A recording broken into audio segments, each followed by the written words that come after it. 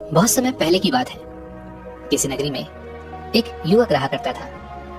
वह युवक अपनी जिंदगी से बेहद परेशान हो चुका था, हताश हो चुका था, निराश हो चुका था। वह युवक एक राजा के महल में साफ सफाई का काम किया करता था, लेकिन बहुत मेहनत करने के बाद भी उसे जो मेहनताना मिलती थी वो बहुत थोड़ी सी थी।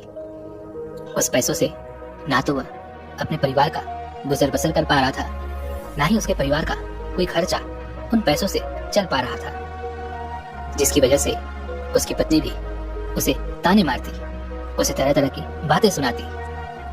उसके घर वाले भी उसे भला बुरा कहते।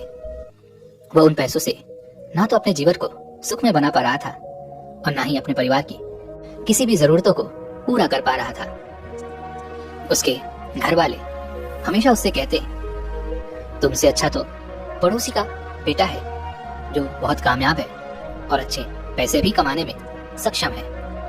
हमारे रिश्तेदारों के लड़के भी कामयाब हो चुके हैं, लेकिन तू एकदम नाकारा है। तुझे तो कोई भी फर्क ही नहीं पड़ता। तू एकदम नालायक है, तू कुछ कर ही नहीं सकता। कभी कभी तो उस युवक के मन में भी ये ख्याल आता कि शायद भगवान मुझसे किसी चीज का बदला ले रहा है, या फिर हो सकता है कि मैंने अपने पूर्व जन्मों में कोई पाप किया होगा जिस कारण मुझे ऐसी जिंदगी जीनी पड़ रही है। वह इन तानों से, इन बातों से अत्यधिक परेशान हो चुका था।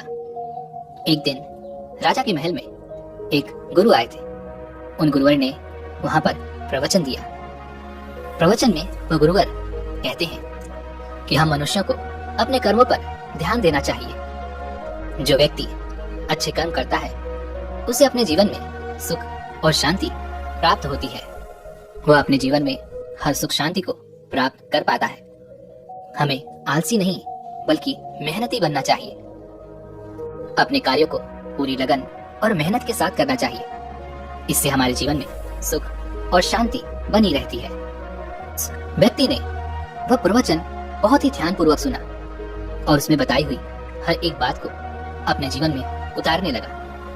वह उसके बाद से जब भी कोई काम करता तो उसे पूरी लगन और मेहनत के साथ करता, और वह यह भी ध्यान देता कि अपने काम को वह अधिक से अधिक समय देकर उसे पूरा कर सके। वह साफ सफाई पर और अधिक ध्यान देने लगा। यह देखकर राजा बहुत प्रसन्न हुए और उस व्यक्ति की आमदनी बढ़ा दी गई। आमदनी बढ़ने से उसके घर में सुख और शांति आने लगी। कुछ दिनों तक तो सब कुछ ठीक चलता रहा। उसके घर में सुख और शांति बनी रही, लेकिन कुछ ही समय बाद उसके घर में फिर से अशांति छाने लगी। सब कुछ बिगड़ने लगा। वेतन बढ़ने के बाद भी वे पैसे उसके लिए कम पड़ने लगे। परिवार की इच्छाएं, जरूरतें अब बढ़ने लग चुकी थी। अब वह वेतन भी उसे पूरा नहीं हो पा रहा था। जैसे उस युवक की पहली स्थिति थी, कुछ वैसी ही स्थिति में एक बार फिर से वह युवक फंस चुका था। वह एक बार फिर से परेशान हो चुका था। उसे कुछ समझ नहीं आ रहा था। तभी उसे उन गुरुवर की बात फिर से याद आ गई और उसने फिर से अधिक मेहनत करनी शुरू कर दी। यह देखकर राजा एक बार फिर प्रसन्न हो गए और उसके वेतन में थोड़ी सी और बढ़ोतरी की गई। यह देखकर वह युवक अत्यधिक प्रसन्न हुआ। उसके परिवार का हर एक सदस्य भी काफी प्रसन्न हुआ। सब लोग बहुत खुश थे। अपने बच्चे की प्रगति देखकर उस युवक के माँ बाप भी अत्यधिक प्रसन्न थे। उसकी पत्नी भी अब उससे कुछ नहीं कहती, लेकिन समय के साथ अब उनकी इच्छाएं फिर बढ़ने लग गई थी। उनकी जरूरतें फिर बढ़ने लगी, जिस कारण वह बढ़ा हुआ वेतन भी एक बार फिर से उनके लिए कम पड़ने लगा। फिर से वही घर में क्लेश होने लगे। रोज रोज रोना धोना शुरू हो गया। उसकी तुलना पड़ोसी के रिश्तेदारों और उनके बच्चों से की जाने लगी। वह युवक एक बार फिर से पूरी तरह से निराश हो चुका था। उसे समझ नहीं आ रहा था कि आखिर इतनी मेहनत के बाद भी उसके परिवार में यह कलेश क्यों उत्पन्न हो रहा है। आखिर वह जो वेतन कमा रहा है उस वेतन में उसका गुजारा क्यों नहीं हो पा रहा, जिससे वह परेशान होकर उस युवक ने अब दिन रात मेहनत करनी शुरू कर दी। वह उन कामों में इतना व्यस्त रहता कि उसे अपने लिए भी थोड़ा सा भी समय नहीं मिल पाता। ये देखकर उसके मालिक को उस व्यक्ति पर तरस आने लगा। उसने उस व्यक्ति से कहा, आखिर ये क्या पागलपन कर रहे हो? ऐसे काम करने से क्या फायदा होगा? जितना तुम वेतन नहीं कमाओगे उससे ज्यादा तो तुम्हारा ही स्वास्थ्य बिगड़ जाएगा। देखने से तो तुम समझदार मालूम पड़ते हो, फिर ऐसी बेवकूफी क्यों कर रहे हो? जिस समय तुम्हें सोना चाहिए उस समय तुम ना सोकर आधी नींद में काम कर रहे हो, जिस कारण तुम्हारा काम अच्छा नहीं बल्कि खराब होता जा रहा है। तुम सारे काम बिगाड़ रहे हो।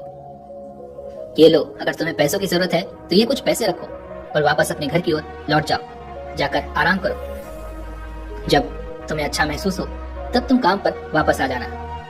लेकिन इतनी मेहनत के बाद वो व्यक्ति अब काफी बीमार हो चुका था। उसका स्वास्थ्य बिगड़ चुका था। उन पैसों को लेकर वह घर की तरफ वापस आ रहा था। तभी उसे वही गुरुवर मिले जो महल में आकर उपदेश दे रहे थे। वह उन गुरुवर के पास पहुंचा, उन्हें प्रणाम किया और उनसे कहने लगा, हे गुरुवर, जैसा कि आपने उपदेश दिया था कि हमें अधिक मेहनत करनी चाहिए, अपने काम को लगन और मेहनत के साथ करना चाहिए, तब घर में सुख और शांति बनी रहेगी। मैंने ठीक वैसा ही किया। मैंने कभी किसी का बुरा नहीं किया। आपने कहा था कि खूब मेहनत करो, ईमानदारी से करो, तो मैंने खूब मेहनत भी की और पूरी ईमानदारी से की। उसका फल मुझे मिला, मेरी उन्नति भी हुई। लेकिन मैंने जहां से शुरुआत की थी आज भी मैं वहीं पर हूँ और अत्यधिक मेहनत के कारण आज मेरा स्वास्थ्य भी बिगड़ चुका है। मैं बीमार हो चुका हूँ। अब मुझे नहीं लगता कि मेरी इससे ज्यादा उन्नति हो सकती है। मैं कल जहाँ खड़ा था मैं आज भी वहीं पर खड़ा हूँ। जिस तरह से कल मेरे परिवार की स्थिति थी आज भी उसी स्थिति में मेरा परिवार अपना गुजर बसर कर रहा है। क्या किसी का भला सोचना, क्या अत्यधिक मेहनत करना, कामों को समय पर पूरा करना, क्या ये सब गलत है? मैंने सब कुछ पूरी लगन और मेहनत के साथ किया है, लेकिन उसके बाद भी न जाने क्यों मेरे घर में हमेशा कलेश बना रहता है। हर दिन रोना धोना होता है। मैं जहां से शुरू करता हूँ आखिर में मैं वहीं पहुंच जाता हूँ। आखिर ऐसा क्यों? आखिर हमें ये दुख क्यों झेलना पड़ रहा है? उस युवक की ये सारी बातें सुनकर गुरुवर मुस्कुराते हैं और उस युवक से कहते हैं, बेटा, हम मनुष्यों की यही तकलीफ है कि हम सुखों को छोड़कर दुखों की तरफ ही अपना ध्यान केंद्रित रखते हैं। आगे वह गुरुवर उस युवक से कहते हैं, बेटा, क्या तुम्हारे माँ बाप हैं? इस पर वह युवक कहता है, हाँ, मेरे माँ बाप हैं। आगे गुरुवर कहते हैं, क्या तुम्हारी पत्नी और बच्चे भी हैं? इसका जवाब देते हुए वह युवक कहता है, हाँ गुरुवर, मेरी पत्नी और 2 बच्चे भी हैं। आगे वह गुरुवर उस युवक से एक बार फिर कहते हैं, क्या तुम 2 वक्त के खाने का इंतजाम नहीं कर पाते? क्या तुम्हारे पास रहने के लिए घर नहीं है? इस पर वह युवक कहता है, हे गुरुवर, मैं अपने परिवार के लिए 2 वक्त की रोटियों का इंतजाम तो कर ही लेता हूँ और हमारे पास रहने के लिए एक छोटा सा मकान भी है जिसमें हम सुखी सुखी रह भी सकते हैं। तब उन गुरुवर ने उस युवक से कहा, बेटा, तुम्हारे पास वो सब कुछ है जो तुम्हारे पास होना चाहिए था। किसी के पास तो रहने के लिए घर तक नहीं होता, माँ बाप नहीं होते, परिवार नहीं होता, बच्चे नहीं होते, और तो और कोई अपने लिए 2 वक्त की रोटियों का इंतजाम तक नहीं कर पाता। पर तुम्हारे पास तो घर है, परिवार है, माँ बाप हैं और खाने के लिए 2 वक्त की रोटियां भी हैं। तो क्या तुम्हारा दुख उनसे बड़ा है? यदि मेरी नजरों में देखोगे तो तुम बहुत सुखी हो, तुम्हारे पास वो सब कुछ है। यह बात सुनकर वह युवक उन गुरुवर से कहता है, हे महाराज, तब मुझे क्या करना चाहिए? क्या मुझे अब आगे मेहनत नहीं करनी चाहिए? क्या मुझे अपनी कामनाओं को, अपनी इच्छाओं को यहीं पर त्याग देना चाहिए? क्या मुझे आगे बढ़ने का कोई हक नहीं? क्या मुझे अपने परिवार की जरूरतों पर ध्यान नहीं देना चाहिए? केवल यह सोचकर कि कुछ लोगों के पास यह सब भी नहीं है, तो क्या मैं अपनी भी इन इच्छाओं को त्याग दूं और यह सोचकर खुश हो जाऊं कि उनके पास वो सब नहीं है जो मेरे पास है? तभी वह गुरुवर उस युवक से कहते हैं, बेटा, मेरे कहने का अर्थ ये नहीं है। मैं तो बस इतना कहना चाहता हूँ कि तुम उन्नति करो और साथ में लोगों की उन्नति भी कराओ। परिवार की उन्नति करो, क्योंकि उन्नति आवश्यक है, लेकिन दुखी होकर उन्नति नहीं होती। उन चीजों का आनंद लो जो तुम्हारे पास हैं, उनका सुख भोगो, उन्हें पहचानो और खुश रहो। क्योंकि यदि तुम दुखी होकर उन्नति करना चाहोगे तो तुम कभी भी उन्नति नहीं कर पाओगे। वहीं पर यदि तुम खुश होकर, सुखी होकर आगे बढ़ना चाहोगे तो तुम अवश्य ही उन्नति कर सकोगे। इस पर वह युवक उन गुरुवर से कहता है, हे महाराज, आप सही कह रहे हैं, लेकिन मैं जितनी मेहनत कर रहा हूँ, यदि मैंने उससे और अधिक मेहनत की तो शायद मेरा शरीर ही मेरा साथ ना दे। उससे अधिक कार्य मैं नहीं कर सकता। मैंने अपने सभी कार्यों को पूरी लगन और मेहनत के साथ किया है, लेकिन अब इससे ज्यादा कार्य मुझसे नहीं होते। तभी वह गुरुवर उस युवक का हाथ पकड़कर उसे एक रास्ते पर ले आते हैं और वह रास्ता राजा के महल तक जाता था। उन गुरुवर ने उस युवक को रास्ते के बीचों बीच खड़ा कर दिया और उसके इर्द गिर्द एक घेरा बना दिया और उस युवक से कहने लगे, तुम्हें पूरी मेहनत करनी है, पूरी लगन के साथ तुम्हें 1 घंटे के अंदर राजा के महल तक पहुंचना है। लेकिन याद रहे कि यह घेरा नहीं टूटना चाहिए। तुम्हें अपनी मेहनत के साथ 1 घंटे के अंदर राजा के महल तक पहुंचना होगा। यह देखकर वह युवक जोर से हंस पड़ा और उन गुरुवर से कहता है, महाराज, ये भला कैसे संभव है? इस घेरे में रहकर मैं चाहे कितनी भी मेहनत करूं, चाहे कितने भी प्रयत्न करूं, लेकिन मैं 1 घंटे के अंदर वहां नहीं पहुंच सकता। यदि मुझे राजा के महल तक जाना है तो मुझे इस घेरे को तोड़ना ही होगा और उसे लांग कर ही मैं आगे बढ़ सकता हूँ और राजा के महल तक पहुंच सकता हूँ। यह बात सुनकर वह गुरुवर उस युवक से कहते हैं, अगर यही बात है तो ठीक है, मैं तुम्हें आज्ञा देता हूँ। तुम इस घेरे से बाहर निकलो और जाओ महल की दीवारों को छूकर मेरे पास वापस आओ। यहाँ से महल करीबन 6 घंटे की दूरी पर है और मैं जानता हूँ तुम्हें जाने और आने में लगभग 12 घंटे लग जाएंगे, लेकिन मैं यहीं बैठकर तुम्हारा इंतजार करूंगा। तुम्हें यहीं पर वापस आना होगा।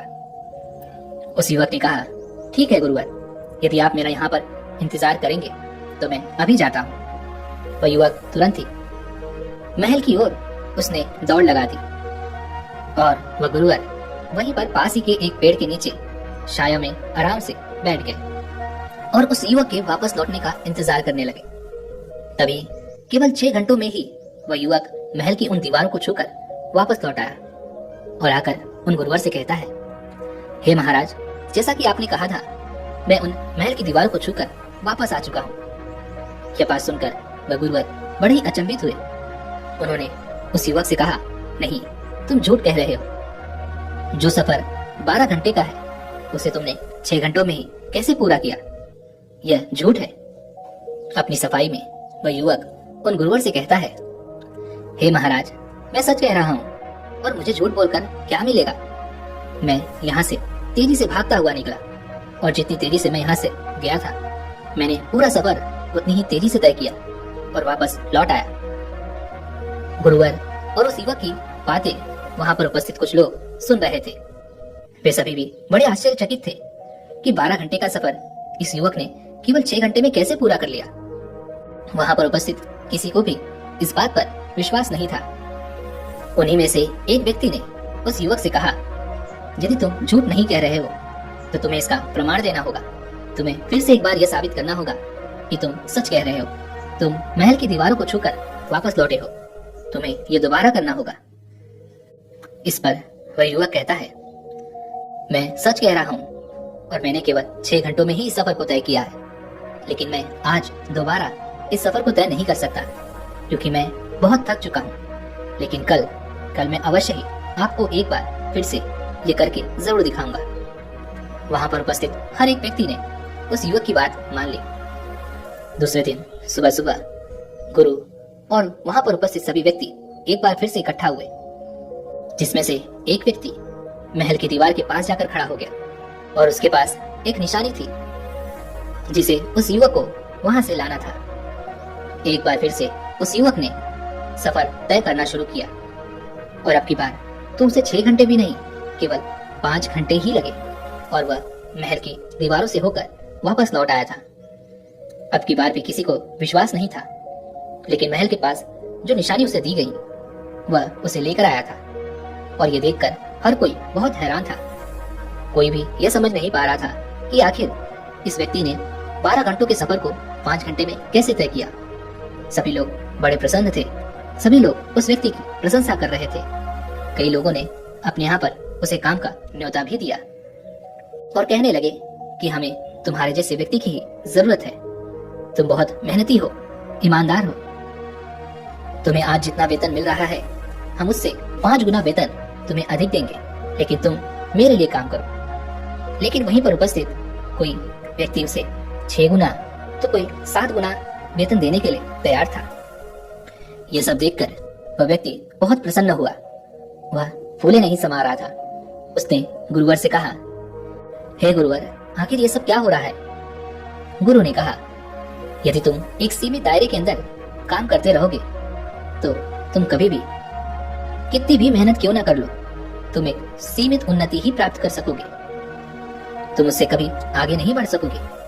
और अगर तुम दायरा तोड़ देते हो, आगे निकलते हो, रास्ते पर चलते हो, अपना हुनर दिखाते हो, तो तुम्हें अधिक से अधिक उन्नति करने से कोई नहीं रोक सकता। जिस प्रकार तुमने पहली बार अकेले जाकर के महल की दीवार को छूकर वापस लौटे थे, तब किसी को यकीन नहीं हुआ था। लेकिन जब यही काम तुमने सबके सामने किया, जोर शोर से चिल्ला कर किया, दूसरों को दिखा कर किया, तब तुमने अपनी उन्नति के रास्ते खुद ही अपने लिए खोल दिए। और अब तो तुम्हारे पास कई मौके हैं, तुम कहीं भी जा सकते हो। लेकिन मेरी एक बात याद रखना कि अब की बार तुम जहां भी जाओगे वहां अपने लिए दायरा मत बांधना, क्योंकि यदि तुमने फिर से दायरा बांध लिया तो तुम उससे आगे कभी भी उन्नति नहीं कर सकोगे। इस बार वह युवक उन गुरुवर से कहता है, हे महाराज, क्या कोई और मार्ग है? गुरु मुस्कुराए और उन गुरुवर ने कहा, हाँ, एक और मार्ग जरूर है, लेकिन यह थोड़ा सा कठिन होगा। क्या तुम इस पर चल सकोगे? क्या तुम इसे पूरा कर सकोगे? इस पर वह युवक कहता है, हे महाराज, आप मुझे मार्ग बताइए, मैं उस पर जरूर चलूंगा और उस कार्य को पूरा भी करूंगा। अब की बार गुरुवर ने कहा, जिस सफर को तुमने 5 घंटों में तय किया है, उस सफर को अब तुम्हें केवल 2 घंटों में ही पूरा करना होगा। क्या तुम ये कर सकोगे? उन गुरुवर की यह बात सुनकर इस बार वह युवक अत्यधिक अचंभित हो गया।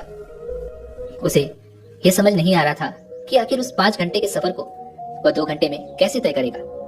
काफी कुछ सोच विचार करने के बाद उस युवक ने उन गुरुवर से कहा, हे महाराज, यह असंभव है, ऐसा कोई नहीं कर सकता। तभी वह गुरुवर कहते हैं, बेटा, जो असंभव को संभव कर दिखाते हैं, ये मार्ग उन्हीं के लिए है। सोचो कि तुम इस असंभव कार्य को कैसे पूरा कर सकते हो। जब तुम इस असंभव कार्य को पूरा करने के लायक हो जाओ, तब तुम मेरे पास वापस आना। वह युवक काफी देर सोच विचार करता रहा, लेकिन उसने हार नहीं मानी। उसने उसी दिन से उस सफर को केवल 2 घंटे में पूरा करने का प्रयास किया। काफी दिनों तक प्रयास करने के बाद भी जब वह सफल नहीं हो पाया, तो भला वह वापस उन गुरुवर के पास कैसे जा सकता था। लेकिन उसने हिम्मत नहीं हारी। उसने और कई दिनों तक इस प्रयास को जारी रखा, लेकिन उसके बाद भी वह उस सफर को 2 घंटे में पूरा नहीं कर पाया। हार मानकर वह वापस उन गुरुवर के पास पहुंचा और उन गुरुवर से कहने लगा, हे महाराज, जो कार्य आपने मुझे सौंपा था वह असंभव है, ऐसा नहीं हो सकता। 2 घंटे में पैदल चलकर महल तक का रास्ता तय करना बिल्कुल असंभव है। यहाँ से जाकर वापस लौटना नामुमकिन है। तभी वह गुरुवर उस युवक से कहते हैं, बेटा, तुम केवल उस रास्ते को देख रहे हो जो पहले से ही बना हुआ है, जिस पर लोग चल रहे हैं, जिसका लोग इस्तेमाल कर रहे हैं। वह रास्ता तो पहले से निश्चित है, उस रास्ते की दूरी पहले से ही निश्चित है। उस रास्ते पर तुम कितना भी प्रयास क्यों ना कर लो, तुम कभी भी उस सफर को 2 घंटे में पूरा नहीं कर सकोगे। यदि तुम्हें इस रास्ते को केवल 2 घंटे में ही तय करना है, तो तुम्हें अपना रास्ता खुद बनाना होगा। तुम्हें खुद उसकी दूरी तय करनी होगी। दूसरों के रास्ते पर ना चलकर अपने लिए खुद रास्ता बनाओ। जो भी कठिनाइयां सामने आए उन कठिनाइयों का सामना करो। लेकिन मेरी एक बात याद रखना, जब तुम इस रास्ते पर चलोगे तो तुम्हें अपनी उम्मीदों के टूटने का डर लगेगा, सब कुछ खो जाने का डर लगेगा, यहाँ तक कि अपनी जान भी जाने का डर तुम्हें महसूस होगा। और अपने रास्ते में तुम्हें असफलताओं का भी डर अवश्य लगेगा। लोग तुम्हें मूर्ख कहेंगे, पागल कहेंगे, बेवकूफ समझेंगे, तुम्हारी हंसी उड़ाएंगे, तुम्हारे रास्ते में तरह तरह की मुश्किलें पैदा करेंगे, यहाँ तक कि तुम्हारे रिश्तेदार भी तुम्हारा साथ छोड़ देंगे। इस रास्ते पर चलकर तुम पूरी तरह से अकेले पड़ जाओगे। क्या तुम ये सब झेल सकोगे? क्या तुम इन सब चीजों को बर्दाश्त कर सकोगे?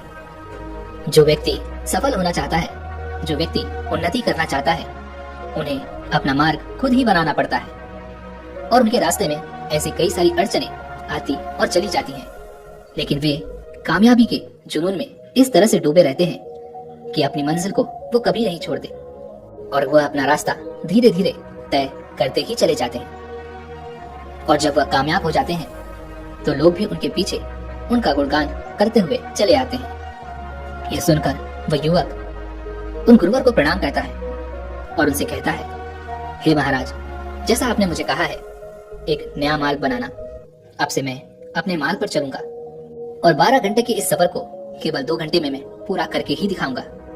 इतना कहकर वह युवक उन गुरुवर को प्रणाम करके वहां से चला गया। वहां से जाने के बाद उस युवक ने उस स्थान के हर एक जगह का मुआयना किया, समझा, उसे परखा और फिर यह तय किया कि वह अपना अलग मार्ग बनाएगा।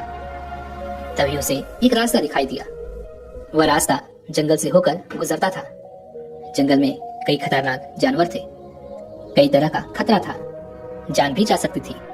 और जब ये बातें उसने अपने घर वालों को बताई तो उन्होंने उसे मूर्ख समझा, बेवकूफ समझा, उसका मजाक उड़ाया, उसका उपहास किया और वे ये कहने लगे कि यदि तुझे यही कार्य करना है तो तू अभी के अभी मेरे घर से निकल जा।